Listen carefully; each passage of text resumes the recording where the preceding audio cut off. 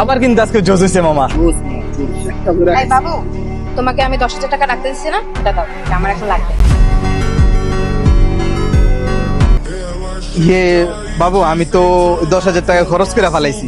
কি বলো, খরচ করে ফেলছো মানে? তোমাকে আমি টাকাটা রাখতে দিচ্ছি, তুমি কিভাবে খরচ করলা? আরে খরচ হয়ে গেছে তো। টাকাটা আমি রাখছিলাম শপিং করার জন্য, তোমার কাছে রাখছি সেভিংস করার জন্য। তুমি কেমন হাসবেন্ড, বন্ধু বান্ধব নিয়ে সব টাকা উড়াই ফেলছো।